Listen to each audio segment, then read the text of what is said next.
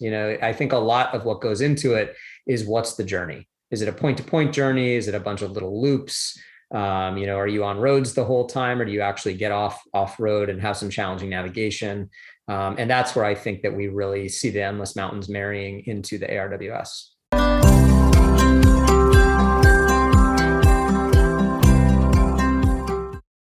Welcome to The Dark Zone, an adventure racing podcast. This is your host, Brian Gatens. Today's an exciting episode where we welcome Rootstock Racing. Brent and Abby speak to us about the Endless Mountains Adventure Race, their collaboration with Bend Racing and Expedition Canada, and the introduction of Endless Mountains as an Adventure Race World Series demonstration race. Alongside that, Brent and Abby talk about their own experience as racers, the trends they're seeing in adventure racing, and what we can all do to work together to better the sport. Thank you to Brent and Abby for joining us. Sit back and relax and enjoy The Dark Zone. I'm joined by Abby Perkis and Brent Friedland of Rootstock Racing.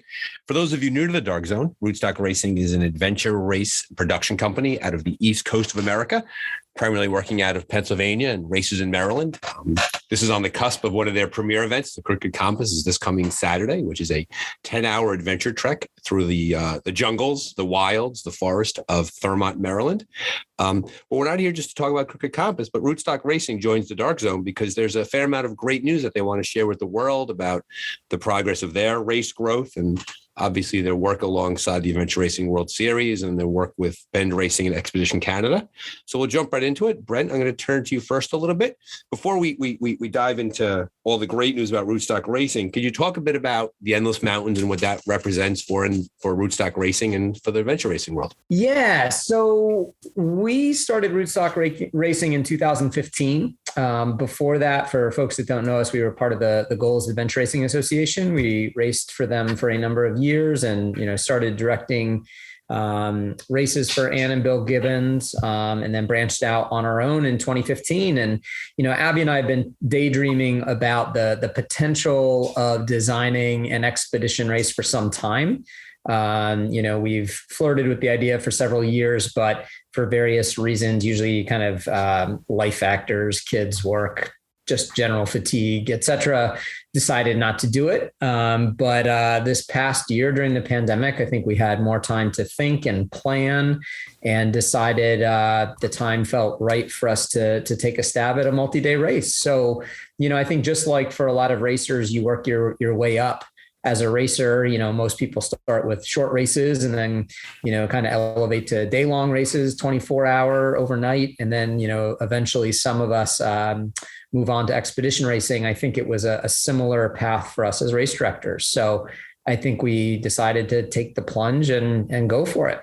It's not uncommon for people to start small, right? 6, 8 races, 12 hours, 24 hours, then multi-day. Clearly, the Endless Mountains is a 5-day race set in Western Pennsylvania. I believe it's out of Clarion. Clarion, Pennsylvania is the host site, the host city for the race. If somebody were to be on the fence, Abby, about coming into a 5-day race, what kind of supports could a newer expedition level racer expect from Rootstock going into the event itself so they could make that leap with a sense of comfort and the water isn't too deep for them? Yeah, it's a great question. And I'm reminded of, early on in my own racing career, going and hearing Robin Benincasa, one of the kind of forerunners of the sport, talking about how she got into it. And she likes to tell the story of how her first race was this, 8-day expedition, like in the far reaches of the world. And I think a long time ago, that is how folks entered the sport. And we're really lucky now in the United States to have this incredible grassroots kind of community born out of the local regional scene where racers do have the opportunity to start small and level up. And we see the Endless Mountains as an opportunity for people to take that next level, right? To level up from the 12 or 24 or 36-hour race to the multi-day race. And one of the primary ways we're doing that is actually we're launching this upcoming week is by putting out a series of racer resources, essentially. So you want to do your first expedition race. This is how you can think about food. This is how you can think about gear. This is how you can think about sleep strategy and team dynamics and training. And we have a whole series of those that should go out once a week over the next several weeks. We also have designed a course that we think will offer folks a pretty kind of accessible experience, right? Pennsylvania is no joke. Like it's a subtle, the land is relatively subtle. We don't have the big mountains of the West Coast or the Appalachians or New England, but it's somewhat unrelenting. So constant up, constant down, lots and lots of rocks and roots. All that said, we've really tried to create a course that allows people to have that journey with however much of the course they can take on, right? So whether they're full course or the minimum distance, we have really aimed to focus on the short course, focus on the minimum course, and make sure that is the heart of the journey, and then expand out for folks who want the bigger challenge. And I want to shout out James Thurlow of Open Adventure, who we have done a number of his races in the UK, and we've gotten to learn a lot about his race directing philosophy. And he has often said that he looks to the short course first and tries to design that to be like, the highlights reel of what he has to offer. And we have really valued our experience as racers being a part of his races, and have taken on a lot of his ideas and ideas and philosophies from other race directors we respect, and tried to put those into the Endless Mountains planning. I think that's a big thing we see in adventure racing is the incremental growth that we have. We see it as racers, right? We go to a race and we're new, but we see another team, how they're working, and we pick up some hints and tips from them. We watch their experience, we build on our own. And you have that as a race directors looking across the pond at James Thurlow, who the Open Adventure races are incredible. And he has an event in August. He has Itera Oban, which is in southwestern Scotland, which is an amazing, beautiful race. And James does a great job. And to your point, you built upon all that and you've watched the experience. I think it might have been Rootstock who tagged the line, no need for a passport, no need for a plane. Because very often you need to get to these big races, you need to fly somewhere around the world. You need to have a passport. You need to get all your gear there. This is a pretty accessible race because I think Pittsburgh is the nearby city. Am I correct?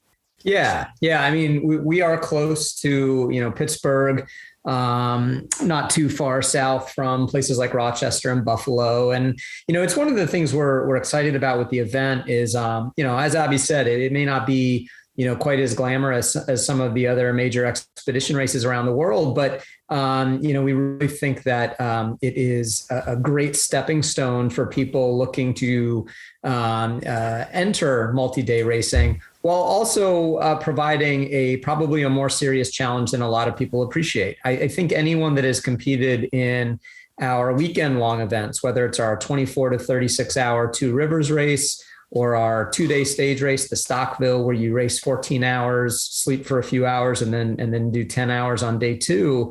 I think people constantly remark on how beautiful Pennsylvania is, and also how challenging it is. As Abby said, it can feel a bit unrelenting at times. The terrain that we have is relatively technical, and we also like to emphasize navigation and get people off trail a fair bit, which slows things down and makes things more challenging. So I think whether you're a top team looking for a challenging multi-day race, or a beginner team looking to maybe, get into it without having to worry about losing your bike on a plane, we really can offer a lot of different experiences to a lot of people. And for those looking to travel in from further afield, whether it's from the West Coast or, I don't know if we're going to end up with any international teams this year, but, we are working on making sure that we can assist those teams flying in as well. What disciplines are part of the Endless Mountains?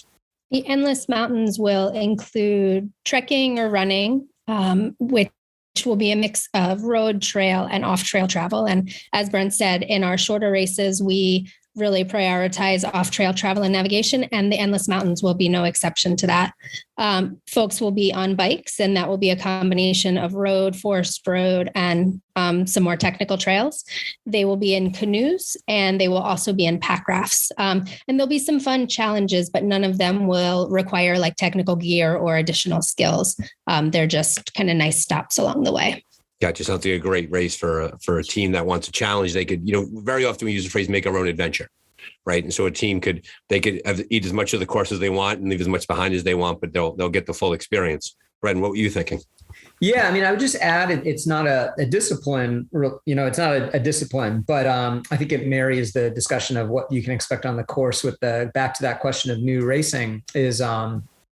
we really will have a mixed type of format. So, expedition races tend to traditionally be point-to-point events. Several of them, including, as Abby mentioned, the ITERA race over in the UK. I know Bend Racing also has adopted a different kind of, what's the word?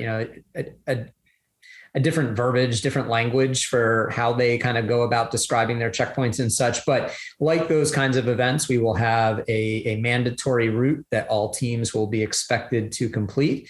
But then there will be various different short course options. And some of the course will be much more traditional, in the sense that it will be, point to point. You have to complete the whole journey, but then there will be options to kind of expand off of that route as you go. So for new racers, we really, again, I just want to stress, we really are going to look out for new racers in this event, both in terms of how we design it, but also the resources we offer. And then, on race day and race week, we really try to, we pride ourselves as race directors that check in on all of our racers. Tell us a bit about the Adventure Racing World Series and the demonstration race, because I know that's a very exciting movement for Endless Mountains. So that was an interesting development. That was not originally part of the plan. We did not have an ambition to be part of the Adventure Racing World Series.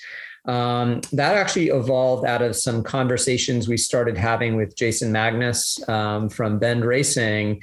I guess a month to 6 weeks ago now. Things really took a sharp turn with that conversation. The Adventure Race World Series piece, and then also our kind of working with Jason and also Natalie from Expedition Canada to create this new North American Expedition Race Series. All of that really manifested within the last month to month and a half. Jason honestly sold us, and I think he had to sell me a bit more than he did on Abby. I think Abby was more open-minded to the idea of ARWS before we made the decision.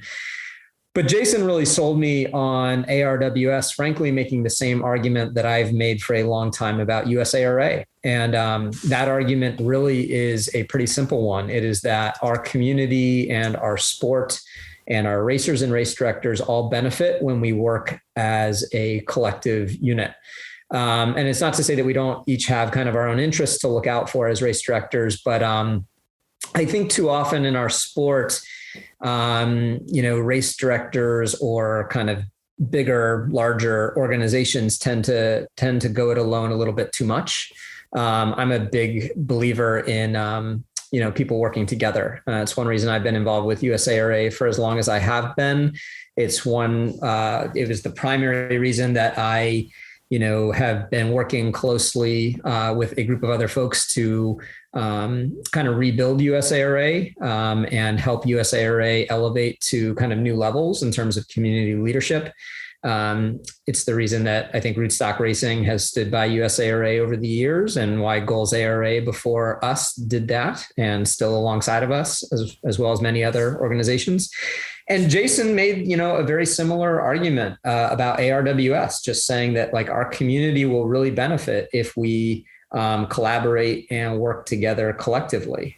So one thing led to another. We ended up kind of creating this series with Bend and Expedition Canada, which is technically separate from ARWS.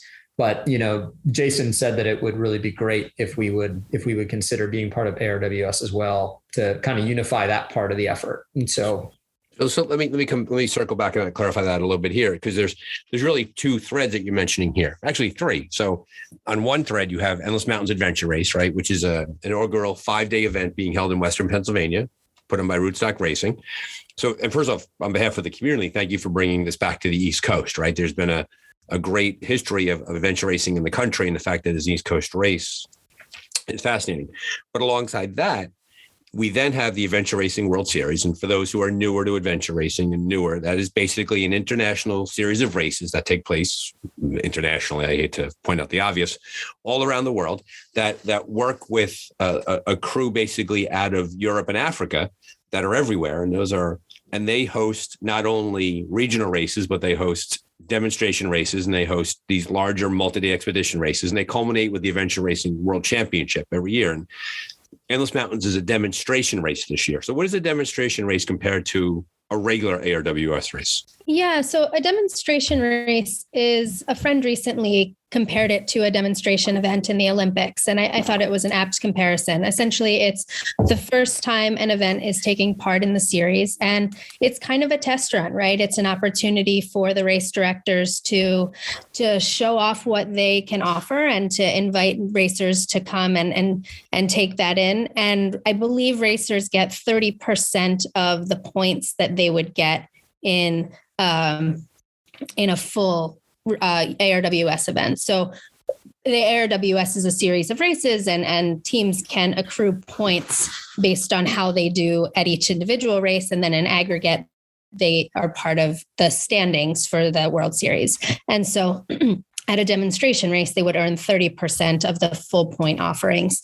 And then the expectation is that the following year, the race will be a full qualifying event. So in 2023, the Endless Mountains is expected to be a full qualifying event, assuming everything goes well this year. Gotcha. So congratulations, because ARWS doesn't give that away easily. So clearly you must have passed the sniff test when you're talking about the race and the rigor and the events and things like that. So congratulations by having that partnership and that branding. The third lane we've talked a bit about here is the collaboration with Bend Racing and Expedition Canada. Talk a bit more about that, because as someone who is a big fan of adventure racing, and I hear this often from our listeners, they love to hear about growth in the sport and love to hear about how the sport is coming along. And very often people return to the halcyon days of years ago when we had these kinds of races. This feels like a bit of a renaissance. It feels like a bit of a change in the atmosphere, if you will, the fact that three major races and three major race organizations are collaborating for North America. Can you expound on that a little bit more for the crowd that's listening? Yeah. So, I think that there's a few things, right? The most fundamental benefit, I think, will be a very simple one. It'll be that the three race organizers, with the potential, I shall add, that we may ultimately bring in one or two other race directors to work with us. I'm not really kind of in a position to talk about that right now, but we have had some good conversations with a couple other folks who might be interested in working with us down the road.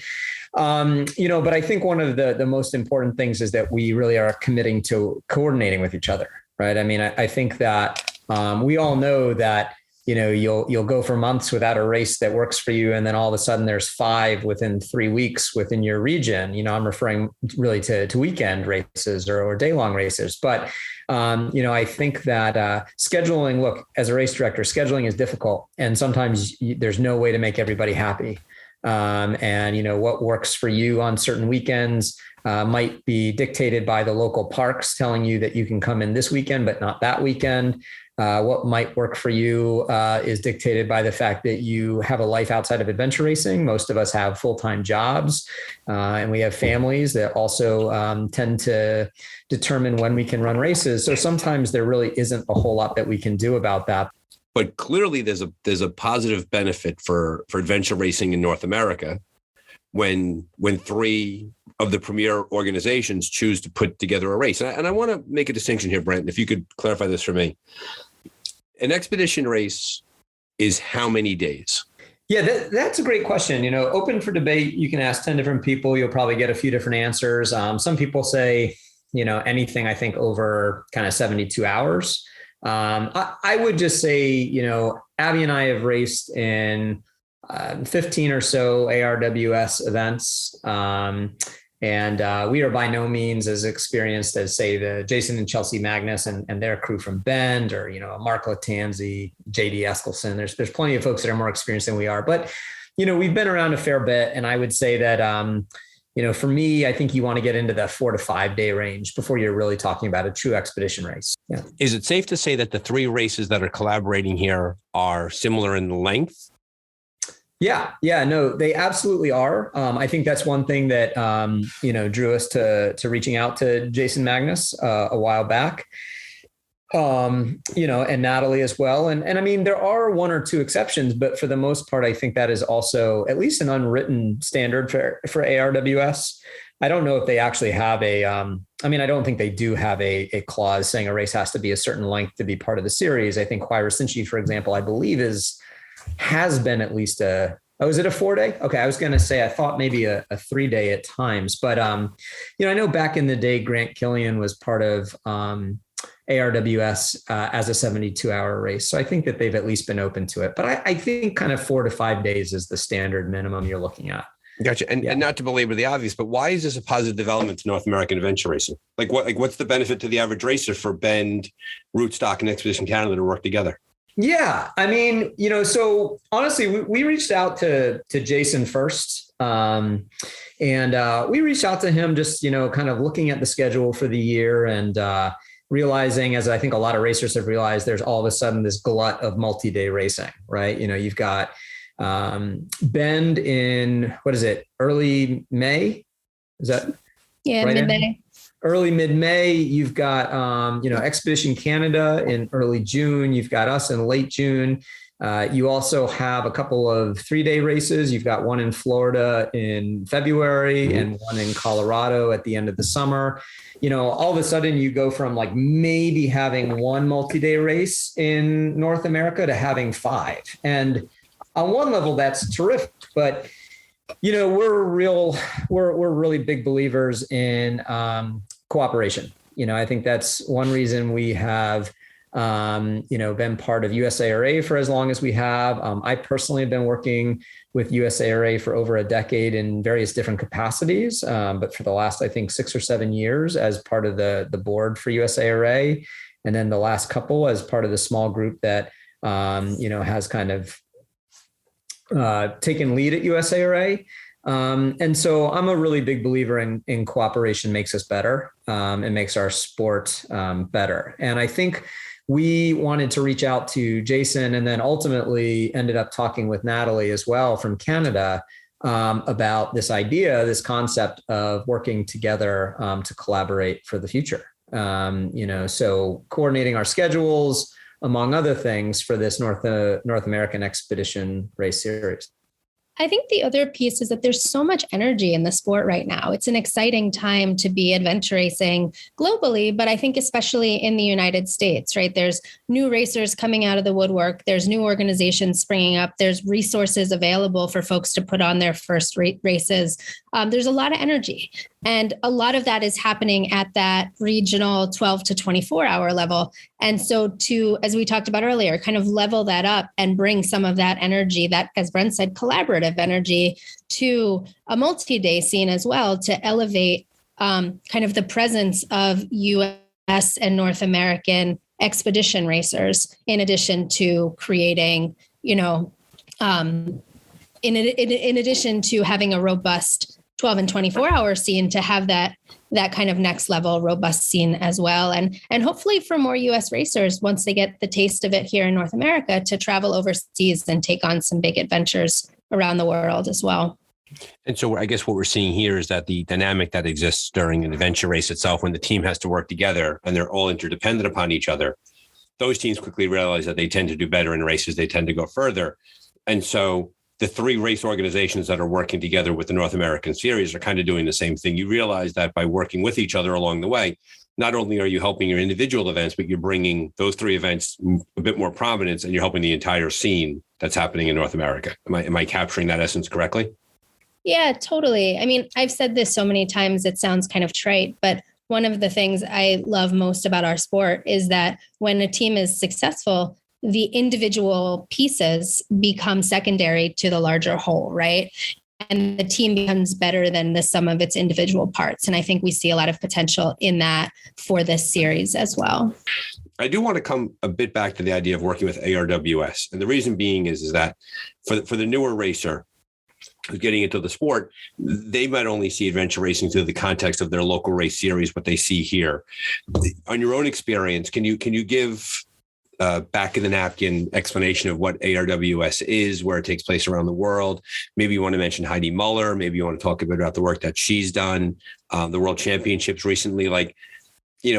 people very often think of their own experiences locally, right? So if someone's coming out this weekend to go do the Crooked Compass and their race experience begins and ends in Thurmont, Maryland, right? But there's a larger scene here. And I really like to talk about that for the listener to the podcast, that there's an entire network of races that take place around the world that is worth bringing attention to, because there's a lot of people interested in adventure racing in a lot of different countries. And you've both raced ARWS series multiple times.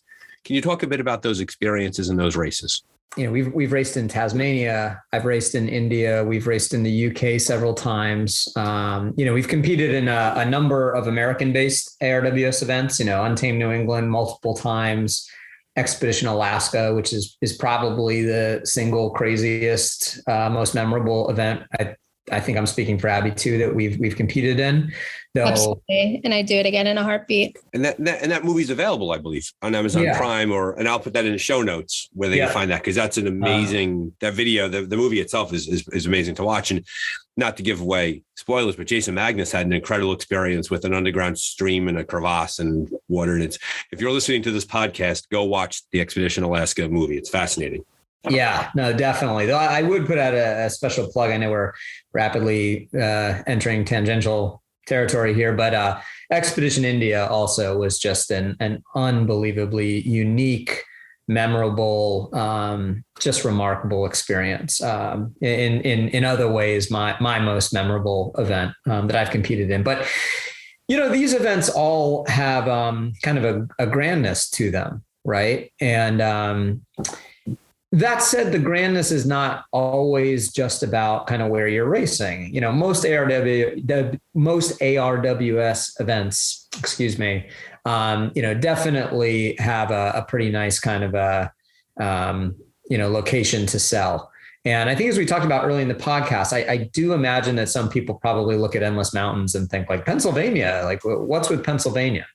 And I totally understand that. I mean, honestly, I moved down to Pennsylvania from New England. We've loved racing in Untamed New England, going back to, I think 2009 was my first Untamed New England. But several years back, we started to really kind of explore North Central PA. It's this amazing region called the PA Wilds. And, we ultimately, learned about it through a map. It was, a cartoonish, artistic rendering of the region, highlighted all sorts of interesting things we'd never heard of, things we'd never seen before. And one that caught our attention was elk. We looked at each other and said, "There's elk in Pennsylvania." We had no idea. And one thing led to another. And, last winter we spent some time kind of out in elk country, and, had some firsthand encounters with the big 1,200 elk herd that's out there. Anyway, long story short, we really came to discover that this region of Pennsylvania is pretty spectacular. I think it's a really underappreciated natural resource that is worth exploring for people from all over the country. And it may not, have the same allure that the Rocky Mountains have, or even some of the East Coast mountain ranges that are a little bit more familiar or well known. But it really is a pretty special area. So I think back to your question, I know that diverged a little bit, but I was just going to say, I think sometimes, the grandness of an ARWS event, it's in the vision of the race, right? It's in the vision of the journey. And while it's wonderful to have big mountains or, sea kayaking or whatever it might be, that's kind of wahoo factor, et cetera. Let's be honest. I think all tracked some ARWS events that aren't exactly as enthralling as we might expect. I think a lot of what goes into it is, what's the journey? Is it a point-to-point journey? Is it a bunch of little loops? Are you on roads the whole time, or do you actually get off road and have some challenging navigation? And that's where I think that we really see the Endless Mountains marrying into the ARWS. And I want to expose my own bias here, because when I learned that the U.S. National Championships were going to be held in Cable, Wisconsin, I thought to myself, what in goodness sakes could be interesting about Cable, Wisconsin? And this past year's U.S. National Championships was an amazing race in a part of the country that does not get the attention that the Rockies get and the Appalachians get and the Adirondacks get. So to your credit, I think it's safe to say that that Endless Mountains will join the pantheon of races that is an incredibly amazing place for people to go and visit. and they would never have known about it if Rootstock Racing did not bring them to that part of the race course. And that being said, Abby, I know that you've worked with some sponsors lately, and the most important question we have is have we secured a coffee sponsor? That's the question I'm curious about. I think we have. I think we can officially announce that we will have Press House Coffee. They will be joining us from the Pittsburgh area, and they will actually have their portable coffee cart stationed at one of our TAs. So we're super excited to have them. I gotta say, like, we have received so much warmth and so much support from the local community. Clarion, their tourism bureau, we've had meetings with them. They're talking about kind of like building town events around the race, bookending the race. We're talking to folks in the PA Tourism Bureau. We have Clarion River Brewing, who was the first group to sign on as sponsors, and they'll be giving out beer to folks, probably not at the finish line, because we may have other beer at the finish line, but at the post-race party, other beer care of, the town of Clarion. Just this amazing outpouring of support.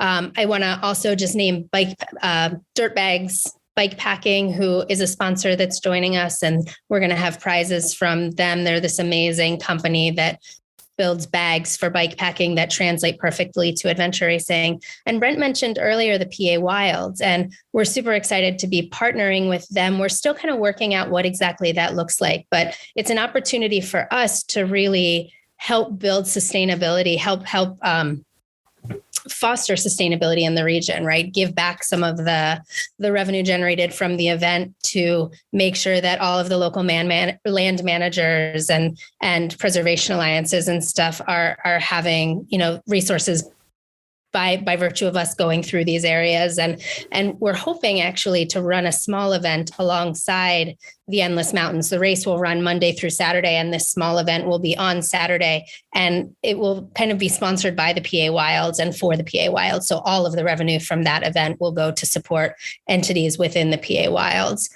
So the local community, Pennsylvania, broadly, and then the PA Wilds region and the Clarion region. There are others that I can't tell you because it would give away stuff on the course, but pretty much every place that racers are going to pass through, they're going to be welcomed with open arms.